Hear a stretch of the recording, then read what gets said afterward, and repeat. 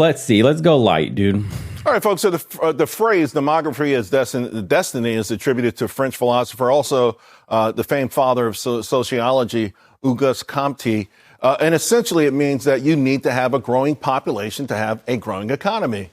With that in mind, take a look at this. This is the birth rate of United States. And I got to tell you, if the statement, either that statement Auguste made is a lie or this is going to catch up to us later. I happen to believe it's the latter. It will catch up to us later. So the question, of course, is can or will Gen Z come to the rescue? I want to bring in now New York Post columnist Ricky Schlott. All right, Ricky. The 65 and older crowd will be 37% of our population come 2040. We need you guys to come to the rescue. Yeah, I don't have too much faith in us, unfortunately. I mean, statistically speaking, the majority of young people who are childless right now, 56% say that they just simply don't want children. It's not even that it's a factor of circumstance. And I hear frequently from my friends, they're worried about bringing kids into a dying planet and a climate catastrophe or the state of the world right now. And so I think it's even a little bit more ideological with young people today. 20 years ago, a professor in Japan, now Japan has always been ahead of us on this sort of social media, internet kind of stuff. And these improvised, these games where you become the person in the game. So he came up with a phrase called grass eaters. Mm-hmm. Essentially, it was the young men there rejected their parents. Their parents were proud. They would work for the same company for 50 years. They would do a 2-hour commute both ways. And they were really proud of that. Instead, these kids, they slept all day. Mm-hmm. They played video games all night. They immersed themselves into this world. Their population is going to go from 120 million people to 80 million people. And about 50% of them said they have no interest in sex at all. The reason I bring that up is what are the hormone profiles of these young people? Can you imagine all the processed slop they're eating, all the chemicals in their environment, all the garbage, all the sedentary lifestyle, staying at home, gaming for hours at a time? Your body's literally wasting away. Can you imagine the state of their hormones? This like, no wonder men have the hormones of like a 9-year-old today when they're 20. What does it feel like to have the hormonal profile of a 90-year-old man 100 years ago when you're 20 years old today?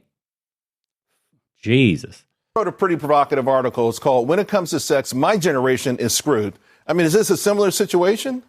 Yeah, I mean, I think that one thing that we have here that's even worse is our partisan politics situation, where we know that boys are going to the right and women are going to the left. And increasingly, they're saying that they refuse to date someone on the other side of the aisle. So more than half of women say that being a conservative is a red flag. More than half say listening to Joe Rogan is a red flag. And so I think we're kind of headed towards a demographical disaster if we can't bridge the divide, at least putting politics on the back burner for romance. How do you put it on the backside? How do you put it on the side when it's everywhere? I mean, it's, it's hard to find. Yeah, that's a good point. It's a nuanced issue. Look at all the points: health, wealth, parents, issues passed on, brothers or sisters, politics, AI, media. It's all part of it. Yeah, that's a really good point. Social media has absolutely destroyed the ability to function with other people in person. Everybody's so awkward now. So we're more disconnected than ever, despite being more digitally connected than ever. People are just socially awkward and lost all sense of being able to be, I guess, socially a butterfly. Is that what they used to call it? A social butterfly? Or at least not have that weird like creeper energy about you. So especially COVID, it didn't help the young people who had, a couple of years of having to stay in. So, okay. People don't know how to behave socially. Then you have them consuming TikTok and other social media brain rot and falling into rabbit holes of extreme ideology. Fine, you could say that's a whole nother thing. So on the left, women are skewing heavily Democrat, and on the right, men are skewing heavily conservative or Republican. And that's causing issues because the brainwashed women on dating apps will say, if you're conservative, swipe left. And if you're a Trump voter, swipe left. It's like, okay, at one point, liberals will just literally get outbreeded and will not exist in the gene pool anyway. So conservatives will inherit the earth. But until that happens, we are going to be on a massive demographic decline, which will cause massive pressure points to the economy. And we'll probably end up having when the population collapse comes, an economic collapse as well due to demographics. So that's on the way. So besides social media, then you have the job situation. There's ghost jobs everywhere. Income has not risen to keep up with inflation. We've had stagnant wages for the better part of 20 years now. So young people cannot afford to date. Forget Forget marriage, let alone marriage and kids. It's expensive to go out on a date and just pay for dinner as a man. And the dinner you're expected to pay for is with some chick whose puss was blown out by half the block. She's full of tattoos and piercings and colored hair. And if she isn't, she's still got an OnlyFans. And what's a man good for anyway? So, you know what I mean? What's the point of even dating? Young men are asking. And the women are looking for essentially free meals, free lifestyle upgrades, and whatever, and they're willing to be shared. So you got social media, you got dating, then you got the culture in society that's telling women to avoid having kids, avoid getting married, and that men are good for nothing. So the culture is toxic to men and masculinity. So it's causing on one end men to pull back and just play the video games, watch the fucking porn endlessly and the anime instead of dealing with women who hate their guts and have an adversarial attitude. So then those women don't want any men unless you're a bull maxer with a 9-inch magical slong that knots up and you're part of that sick fetish fantasy, because even normal men don't do it anymore for these fucking weirdos of modernity. So it's all completely broken from the top down. Our institutions are shit. They don't serve the people, especially the young people. Our culture is shit. It commodified everything, including dating, including health, including wellness, everything. The economy is broken financially. Nothing makes sense for these young people. And when you put all this stuff together, they've been sold out. That's why they're not having kids. It's not that they don't want kids. It's not that they wouldn't want a partner to share the rest of their life with. Everything around them is broken. That's what's happening. Any part of the society, TV commercials, television shows, articles, books are being rewritten and re-edited in certain ways. How do you put it aside when it feels like who's ever pulling the strings actually trying to make it worse? Well, I mean, that's why I think that we're really in a tough spot, young people. I mean, I, as a libertarian young woman, I'm often told, like, oh, it's a breath of fresh air because you're not going to be offended by everything that I say. So are you kind of in the middle? Like, you're in a lonely island almost, aren't you? Well, yeah. I mean, I think the out-group dissenters are sort of the most valuable commodities. I know a lot of young men who play up their woke positions in order to get women, and they say that it's been pretty effective, actually. You know, there was an old saying, and I would think it still applies, that when you're young and you don't have a heart, like it goes something to the fact that when you're young and you're not liberal, then you don't have a heart. Yeah. When you're older and you're not conservative, you don't have a brain. Yeah. I mean, could it just be that same thing going on? Is there something deeper? I think that the crazier part is that we just know that young people are forking. So it's less a factor of age. We know that the boys are going right. And the girls are going left. Is that because the young men feel hopeless? I mean, this is a society that's been trying to rewrite the fact that women make less than men. And it feels like the push has been to give women a push.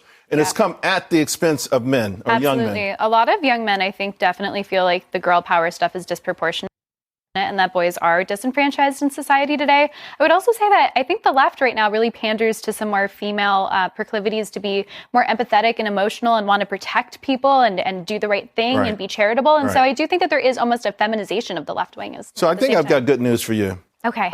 A new app is on the way. Are you ready for it? I am ready for it. All right. This app starts with it scores your here we go. This is your score, your dating app for people with good credit. So at the very least, you're getting a 675 on up. I mean, would that help? I'm not sure about this one. I mean, I think it's an interesting conversation starter, but I think if you're filtering particularly for financial reasons, it might be a little transactional for my taste. Really? I mean, isn't one of the big mistakes is people don't have honest conversations about finance or when it comes to young folks, it's still about, before the first date, though, I don't know. If you're building your credit, if you forgot one bill, but you're headed back on the right track, I don't want to just filter you out for that reason. Demographics as destiny, are we... Right now, it feels almost like we're not going to catch up. I mean, is it possible to ever have another baby boom? I don't know. I mean, I do think that there's like a small subgroup of Gen Zers who are starting to come around and realize we're not having a baby boom, dude. Not anytime soon. You want a baby boom? We're going to have to do an economic reset of some sort. And that's either going to be a global war or an absolute financial meltdown on the level of the Great Depression. So you want that kind of, because there's going to be no boom otherwise. We have to retool the economy. What we're going to have is the great extinguishing That's what we're going to have. Once AI gets going and all these people start getting fired by the millions, and you got these dark factories and this automated shit where robots are stacking in the grocery stores, they're automatically checking you out with like the app on your phone. You don't even need to scan anything anymore. You walk in, you grab things in your cart. There's multiple cameras that are AI powered, have facial recognition. They know the account you own and deduct money from your account. You walk in, you walk out with this shit, your account is deducted. Are you ready for that? Are you ready for that? Trucking, one of the other last bastions for men. Trucking is going away. Tesla already has an AI fucking truck that drives itself, right? A self-driving truck. They have robo-taxis now already. In Phoenix, they've been with, what is it? Waze? I forgot the name of the company. Jesus Christ, I haven't. Waymo robo-taxis, and now Tesla robo-taxis have been released. Soon, security is going to be gone too. They got security robo-dogs. One day, those security robo-dogs or humanoid bots will come first with pepper spray, then with a stun gun, and then maybe with live fire ammunition. Right? We're going to have robots that are going to start enforcing the law. I don't think people are ready for the kind of future that we have headed down the pipeline. And what happens when this mass unemployment hits like an inflection point in society where the pain is too large to manage? I don't know. That's going to be interesting. You think reproduction is going to be our biggest problem in the future? You're expecting a baby boom? In what economy? Yeah. Good luck. The economy of the future is going to be extremely interesting. The winners are going to shrink dramatically and be concentrated, and the losers are going to widen out. It won't be the bottom 20% of economy. It won't be the bottom 30, 40. It's going to be the bottom 50 at least. And then the other 40% are going to barely making it by, squeezing by barely. And then the top 10%ers are going to have the lion's share of everything. Why do you think these billionaires are building these fucking multi-million-dollar bunkers and compounds with private security? They will live through a lifetime of a massive economic reset of some sort or another. They see it coming. It's not just, it's a destabilizing period in global politics right now. Geopolitics are a bit shaky, and we have wars sprouting up here. That's not what they're preparing for. That shit's irrelevant. What's coming down the pipe with AI is what they're preparing for. That's the reset everyone's waiting for. Let's see what the comments say. Love is grand. Divorce is 100 grand. Both my sons told me that it's just not worth the risk to date. The chances of being accused of doing something wrong is just not worth it. Yeah, this is just the dating side, dude. Anyways, we're done, boys, for the night. Appreciate you tuning in. If you want to send me videos, tribeofmen@yahoo.com. Appreciate those that send me stuff in the email. I do read as many as I can. I don't get to all of them, but I have a couple people that consistently send me really good stuff. So shout outs to you guys. Thank you. I try to get to them. There's a lot of stuff to get to.